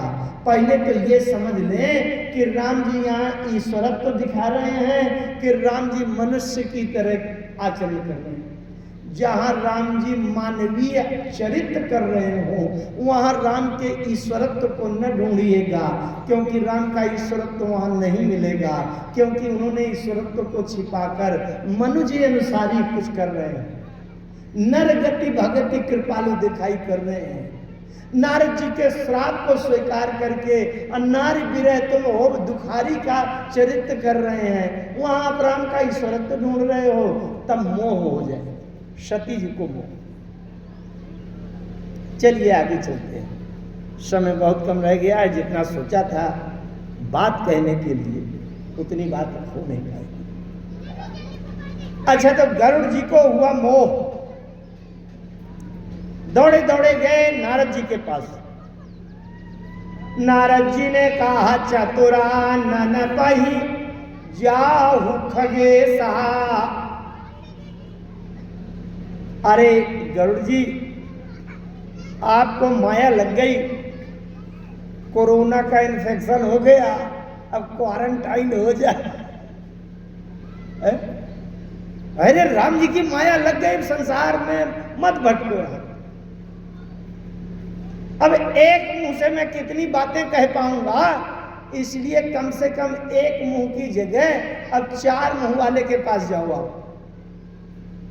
जय चतुरानन पही जाहु खगेसा। और नारद जी के पिताजी हैं ब्रह्मा जी, तो नारद जी ने कहा मेरे पिताजी के पास चले जाओ। भाई जो रोग की दवा मैं नहीं कर पा रहा तो मेरे पिताजी से करवा लो, ज्यादा बड़े हैं। 4 मुंह वाले के पास चले जाओ। नारद जी ने ये बता दिया। यद्यपि ब्रह्मा जी समझा नहीं पाएंगे, लेकिन सोई करो जय होय निदेशा, जो वो आगे मार्गदर्शन करें वही कर देना तो काम ठीक हो जाए। तब खगपति बिरंचि पहि गयऊ, निज संदेह सुनागत भयऊ। तब गरुड़ जी बिरंची के पास गए, ब्रह्मा जी के पास गए। ब्रह्मा जी के पास गए। ब्रह्मा जी ने सोचा अच्छा, अगर मुंह की गिनती ज्यादा बढ़ा के भेजा है नारद ने, चतुरानन पही जाहु खगेसा, तो मेरे 4 मुंह भर से उसका अंत थोड़ी है। अभी 5 मुंह वाले भी तो बैठे हैं। शंकर जी के 5 मुख हैं। विकट वेश मुख पंच पुरारी है ना। तो ब्रह्मा जी ने कहा जब एक मुंह वाले ने 4 मुंह वाले के पास भेज दिया तो 4 मुंह से तो थोड़ी, अभी 5 मुंह वाले हैं, तो तुम 5 मुंह वाले के पास जाओ। बैनते शंकर पहि जाऊ तातयनत पूछू जनिकाहू। कहीं से भटकना नहीं, शंकर जी के पास चलो, शंकर जी के पास। एक बात और बताऊं मैं आपको, बहुत आवश्यक बताऊं। जब कभी आपको ईश्वर के बारे में कुछ जानना हो, परमात्मा के बारे में जानना हो, ब्रह्म के बारे में जानना हो, तो सबसे पहले उसका नियम क्या है? शास्त्र कहता है तद विद्धि प्रणिपातेन परिकृष्णेन सेवया। तद विधि ही प्रणिपातेन, सबसे पहले तो किसी ज्ञानी महापुरुष ब्रह्मवेत्तानुभवी के पास जाइए और उसके चरणों में सिर रख करके प्रणाम करिए। सबसे पहले जब तक प्रणाम नहीं करेंगे तब तक ब्रह्म ज्ञान नहीं हो सकेगा। तद विधि प्रणिपातेन परिप्रश्नेन सेवया, उसकी सेवा करिए, सम्मान करिए, हाथ जोड़िए, उनकी महिमा स्वीकार करिए। आप जैसा विद्वान कोई नहीं है। फिर विनम्रता पूर्वक जिज्ञासु भाव से प्रश्न करिए। उपदेक्षन्ति ते ज्ञानम ज्ञानिनस् तत्व दर्शिना, तब ज्ञान तत्व का उपदेश करेंगे। यह ऐसा नहीं है कि केवल हमारे आपके लिए लिखा हो। श्री भरत जी जब चित्रकूट की ओर जा रहे थे, ध्यान दीजिएगा, कौन कौन मिल रहे थे? अरे मिला ही किरात को लगनवासी और बैठा नस बटु ग्रही उदासी। कोल भिन्न मिले, नीच जात का मिले, कम उम्र का मिले, बड़ी उम्र का मिले, गृहस्थ मिले, संत मिले, वानप्रस्थी तपस्वी मिले, सन्यासी मिले, कोई भी मिले। भरत जी ये नहीं पूछते थे कि किस जाति के हो, कितने रईस हो, कितने बड़े आदमी हो, पढ़े लिखे हो कि नहीं हो, ना, कुछ नहीं। सबसे पहले कारी प्रणाम पूछहि जेहि तेहि, केहि बन लखन राम बैदेही। करी प्रणाम पूछे जेते ही। भरत जी को राम के बारे में जानना था ना। अगर राम के बारे में जानना चाहते हैं, ब्रह्म दर्शन करना चाहते हैं, ब्रह्म निरूपण चाहते हैं, तो सबसे पहले प्रणाम करिए आप। श्री भरत जी मिले किरात कोल बनवासी, कोल भील मिले, अछूत मिले, निषाद मिले, छोटे उम्र का ब्रह्मचारी मिले, बैखाना से बटू, बटू माने विद्यार्थी मिले, तपस्वी मिले, गृहस्थ मिले, चाहे सन्यासी मिले, सबको प्रणाम कर देते थे। क्यों? क्योंकि राम जी के बारे में जानना है। अगर ब्रह्म के बारे में जानना हो तो सबसे पहले प्रणाम। गरुड़ जी से गलती यही हो रही थी कि राम के बारे में जानना है, ना तो नारद जी के पास जाकर प्रणाम किया और ना ब्रह्मा जी के पास जाकर प्रणाम किया। उत्तर कैसे मिलेगा? ब्रह्म ज्ञान कैसे मिलेगा? ब्रह्म निरूपण हो ही नहीं सकता। क्या किया? जब भगवान शंकर के पास भेजा ब्रह्मा जी ने, भगवान शंकर पार्वती जी से बता रहे हैं, पार्वती जी ने पूछा भोलेनाथ आपके साथ कैसा व्यवहार किया? भगवान शंकर कह रहे हैं ते ही मम पद सादर सिरनावा, अपनियापन संदेह सुनावा। यहीं से सुधार होना शुरू हो। भगवान शंकर ने एक बात कही, गरुड़ मिले गरुड़ मार्ग महामोही, कवन भांति समझाऊं तू। अच्छा, कोई रावण के भाई का नाम पूछा, अरे पंडित जी रावण के भाई का क्या नाम था? तो बस चलते चलते मोटरसाइकिल में बैठकर जाते जाते भी चिल्ला देंगे कुंभकर्ण नाम है ना। लेकिन जब प्रश्न यही हो गया कि राम कौन है, अरे तो 2 शब्द में तो नहीं बताया जा सकता। शंकर जी कहते हैं मिले वो गरुड़ महारग महमोही, तो कवन भांति समझाऊं तो ही। जब बहुकाल करिए सतसंगा, तब ही होई सब संशय भंगा। इसलिए शंकर जी ने कहा कि ऐसा करो कि तुम नील शैल पर चले जाओ, वहां एक कौवा रहता है, उसके चरणों में प्रणाम कर लेना और हाथ जोड़कर सामने बैठ जाना, वो तुम्हें समझा देंगे और तुम्हें पता चल जाएगा राम क्या है। जब शंकर जी ने कहा तो पार्वती जी ने एक प्रश्न पूछा।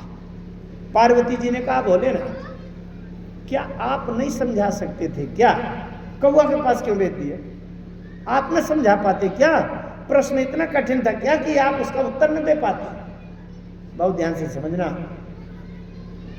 शंकर जी ने कहा, उमा मैं समझा तो सकता था, लेकिन समझाने के बाद एक बहुत बड़ा रोग फिर पैदा हो जाता, जिसका उपाय फिर कभी न हो पाता। क्या? एक दूसरा अहंकार पैदा हो जाता कि अगर मैंने प्रश्न किया है तो शंकर से नीचे फिर कोई उत्तर नहीं दे पाया। अपने प्रश्न करने का अहंकार बैठ जाता। मेरा प्रश्न साधारण नहीं है, अगर मैंने प्रश्न किया है तो फिर शंकर से नीचे फिर कोई उत्तर नहीं दे पाया, समझा नहीं पाया, तो दूसरा अहंकार बैठ जाता है कि नहीं? और एक और बात है, एक कथा आती है दूसरी रामायण से, गोस्वामी जी ने नहीं लिखा। एक बार बैकुंठ में भगवान श्री हरि नारायण रहते हैं बैकुंठ में, और उनके पहरे में गरुड़ जी बैठे रहते हैं। एक बार एक कौवा उड़ते उड़ते कहीं से बैकुंठ में पहुंच गया। कौवा को लगा कि जब बैकुंठ तक आ गया हूं तो अगर घुस जाऊं महल में और सरकार के दर्शन कर लूं तो मेरा भी जीवन धन्य हो जाए। जैसे महल में घुसने लगे, गरुड़ जी ने देखा, बोल के अरे अरे अरे अरे कौवा कहाँ घुस रहे हो? अरे बोले सरकार के दर्शन कर आऊंगा, भगवान के विष्णु के। हट, वहां अगुआ कौवा घुसते हैं क्या? निकलो बाहर। कौवा ने कहा, महाराज जब आप मेरे बिरादरी के हैं, पक्षियों के राजा हैं, जब आप बैठे हैं तो मैं भी घुस जाऊं, थोड़ा दर्शन कर जाऊं। गरुड़ जी ने कहा, अच्छा मैं ऐसा वैसा पक्षी हूं क्या कि अब मेरी समानता देखकर अगुआ कौवा भी घुसने लगेंगे?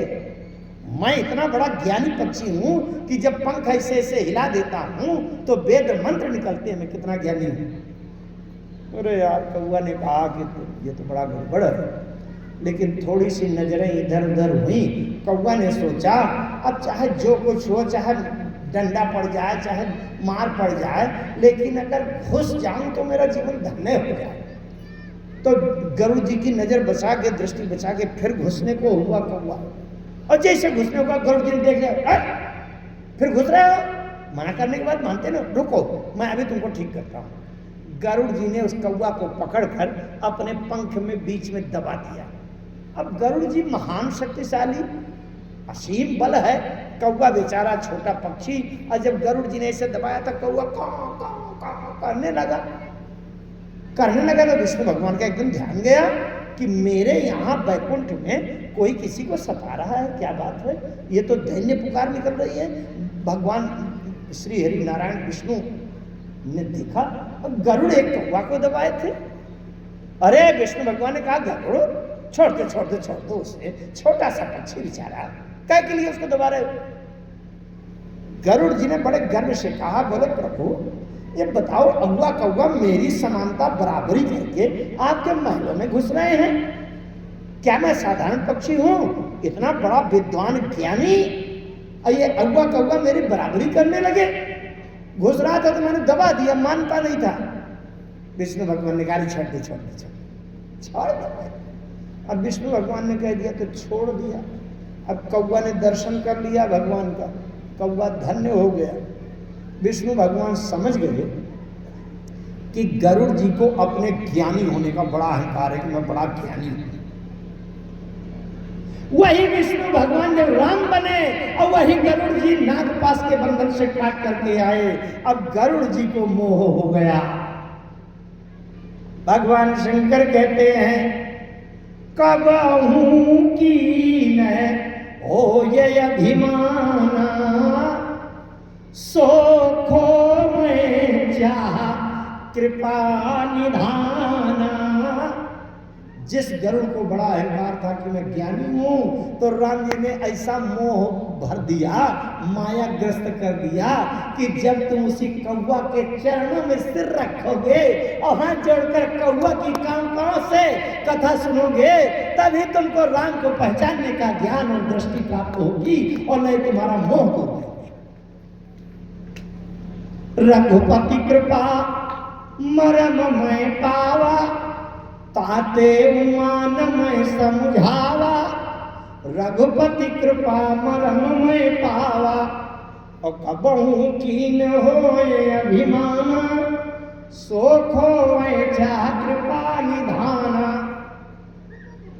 और दूसरी बात, पुनीत हिते कछु मैं नहीं राखा, समझे खग खगही कहे भाखा।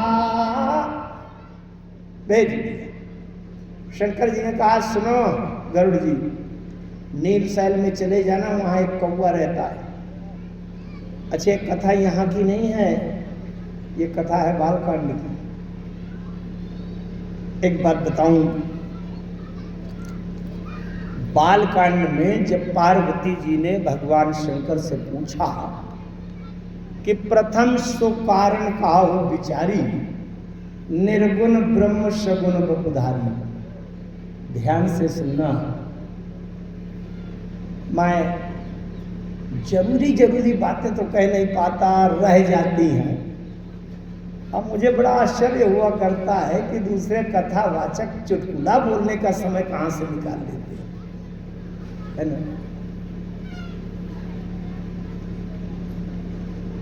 ध्यान से समझिएगा।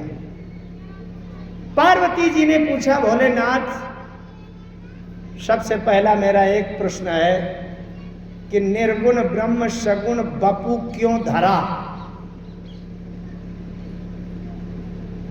प्रश्न बड़ा गहरा है। 3 लोग 14 भुवन में केवल पार्वती जी के अलावा ये प्रश्न न कोई कर पाता, कोई नहीं कर पाएगा।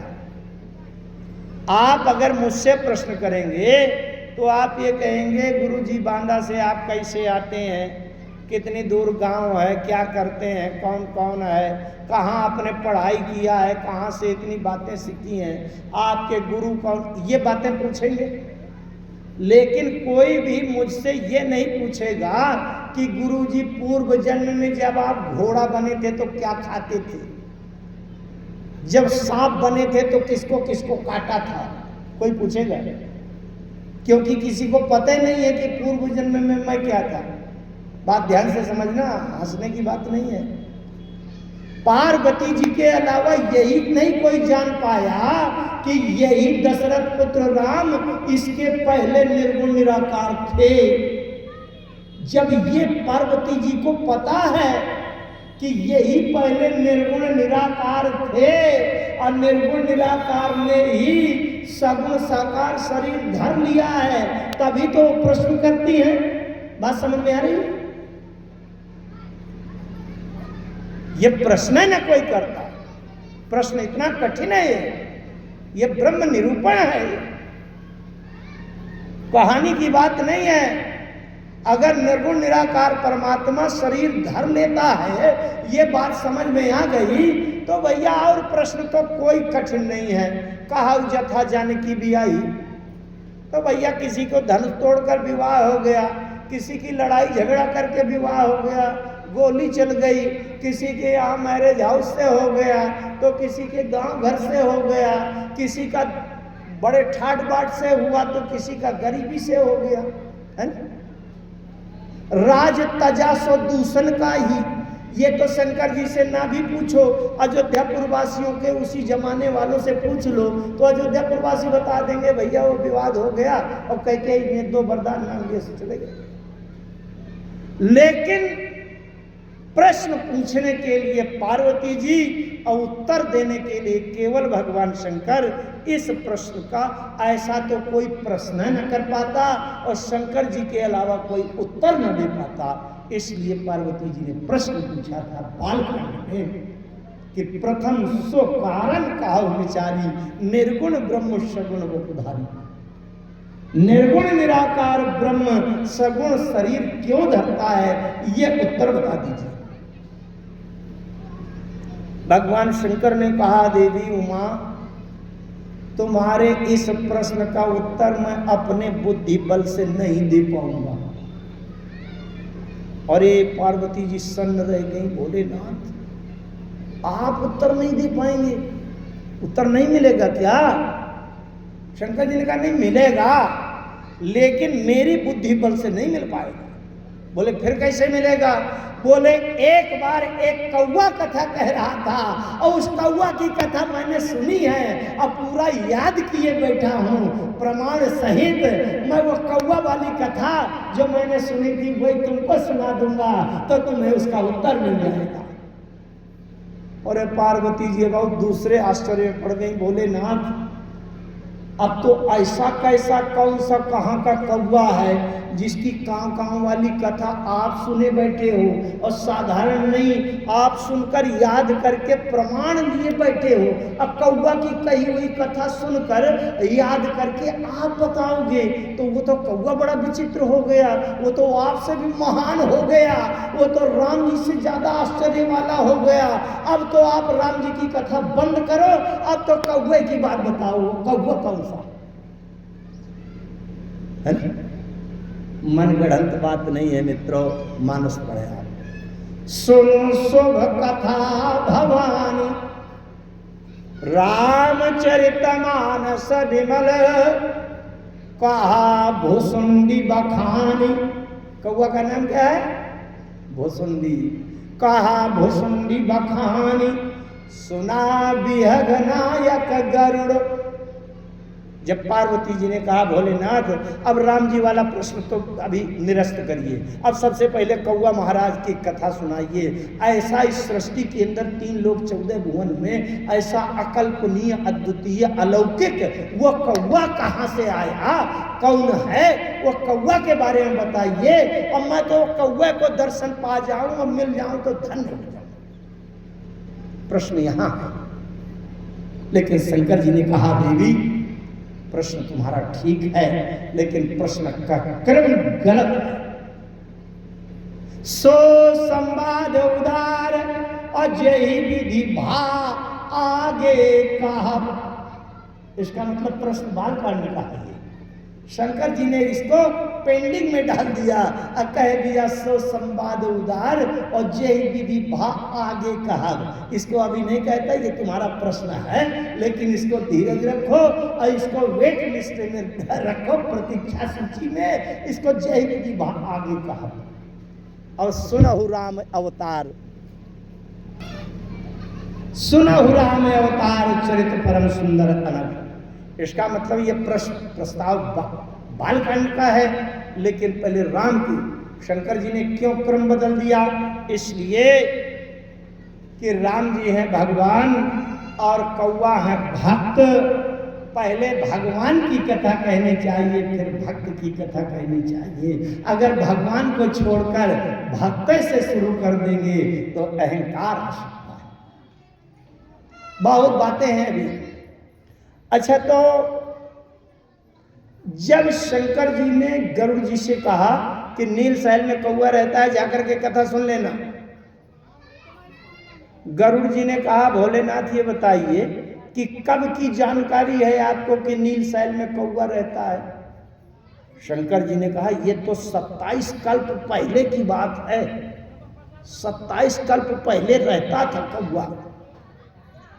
गरुड़ जी ने कहा अच्छा, जैसे आपको कोई रोग हो और आपसे कोई सयाना बुजुर्ग बतावे कि फला गांव में एक आश्रम में एक वैद्य जी रहते हैं, तुरंत ठीक कर देंगे, और आपने पूछा कि कितने साल पहले वैद्य जी रहते थे, और सयाने बुजुर्ग ने बताया कि आज से 500 साल पहले वो वैद्य जी रहते थे, तो वहीं उन्हीं से दवा करवाया हो। तो आप कहोगे जब 500 साल पहले वैद्य जी रहते थे और 500 साल के बाद मुझे रोग हुआ तो वो वैद्य तो खुद मर गए होंगे। अच्छा, बात कहोगे कि नहीं? तो गरुड़ जी ने कहा भोलेनाथ, जब 27 कल्प पहले की बात की जानकारी है कि कौआ रहता था, तो 27 कल्प में कौआ मर बुरा गया होगा, कहाँ होगा, अब थोड़ी मिलेगा वो कौआ। अरे शंकर जी ने कहा गरुड़, महाप्रलय भी आ जाता है तब भी उसकी मृत्यु नहीं होती है, वो बैठे रहता है। ये भी बड़ी अटपटी बात है। ता सुनास कल्पांत न होई। अच्छा, गरुड़ जी पहुंचे, गरुड़ जी पहुंचे और पूरे आश्रम में जहां से बाउंड्री बनी थी, और जैसे आश्रम के भीतर घुसे, ना कुछ प्रश्न किया, ना भुसुंडी जी ने कोई उत्तर दिया, ना कुछ बताया, ना सत्संग हुआ, उनके अंदर का मोह भग गया। प्रभु तव आश्रम आए, देखी परम पावन अति आश्रम, गयो मोह संशय नाना भ्रम। अब बताओ, जो मोह नारद जी दूर नहीं कर पाए, ब्रह्मा जी दूर नहीं कर पाए, और यहां केवल देखी परम पावन तो आश्रम, आपका आश्रम देखा और मेरा संशय मोह भ्रम सब दूर हो गए। ठीक है, वहां कथा होने वाली थी, पूरी कथा सुनी, भुसुंडी रामायण की कथा आप जानते हैं। अब मेरे पास समय भी नहीं है, मैं 5 मिनट में अपनी बात को पूरी करके वाणी को विराम दे रहा हूं। पूरी कथा सुनी, संशय दूर हो गया। उन्होंने कह दिया, तुम कृपालु सब संशय हरे, राम स्वरूप जानी में परे। फिर गरुड़ जी ने प्रश्न किया, महाराज ये बताइए, प्रभु तब आश्रम आए, मोर मोह भ्रम भाग। ना आपसे सत्संग किया, ना आपसे प्रश्न किया, ना आपने उत्तर दिया, आपके आश्रम में आया, भ्रम शांत, मोह दूर, ये क्यों? एक तो पहला प्रश्न ये, और दूसरा प्रश्न ये, नाथ सुना मैं अस शिव पाही, अब महाप्रलय नाश तव नाही। जबकि अंड कटाह अमित लयकारी, काल सदा दुर्तिक्रम भारी। अग जग जीवन आग नर देवा, अनाथ सकल जग काल कलेवा। तुम ही न व्यापत काल, अति कराल कारण कवन। मोहि सुकाहु कृपाल, ज्ञान प्रभाव की जोग बल। आपको काल क्यों नहीं खाता? इसका प्रश्न लीजिए, उत्तर लीजिए। गरुड़ जी के लिए भी आश्चर्य है, एक कौवा ने इतना विकास कर लिया कि जिसमें पक्षीराज गरुड़ भी दंग रह गए।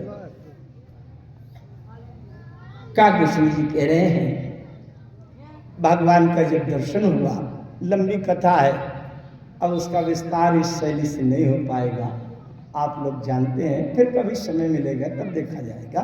लेकिन अंतिम सूत्र ये है, ये उत्तरकांड है, सारे प्रश्नों का उत्तर है ये, सारे प्रश्नों का उत्तर,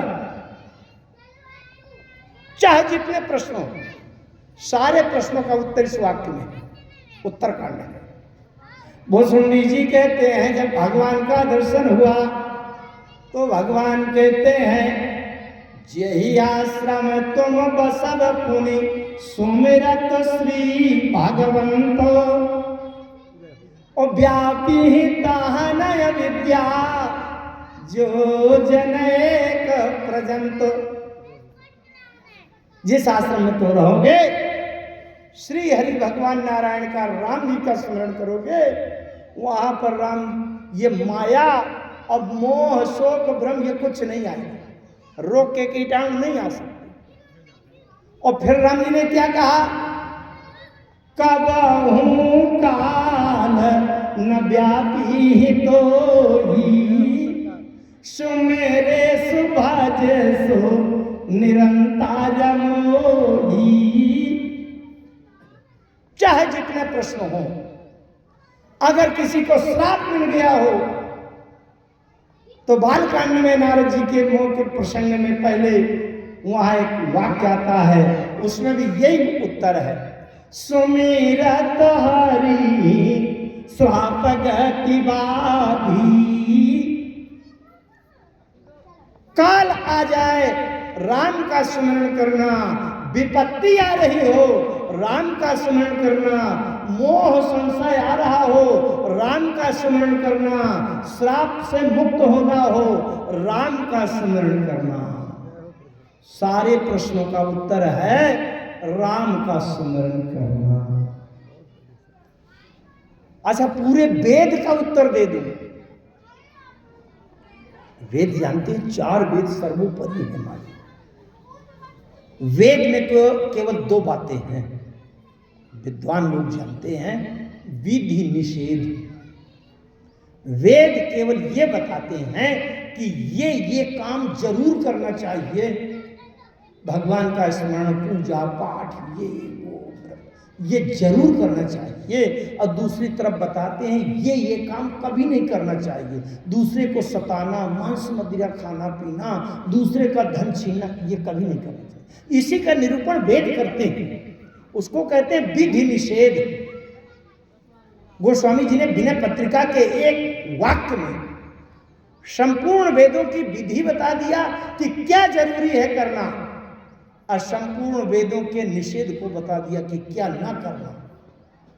और ये आपको देखने में 2 लग रहे हैं, लेकिन विनय पत्रिका में एक काम करो तो दोनों का पालन हो जाएगा, विधि का पालन होगा और निषेध से संयम हो जाएगा। क्या बोले, राम सुमिरब सब विधि को राज रे। जितने विधि कर्म हो, जब तप यज्ञ व्रत दान तपस्या तीर्थ आदि जो कुछ भी हो, सबसे ज्यादा जरूरी है राम सुमिरब। राम सुमिरब सब विधि को राज रे, और राम को बिसारी वो निषेध सिर ताज रे। निषेध वाले विभाग में राम को कभी भूल मत जाना।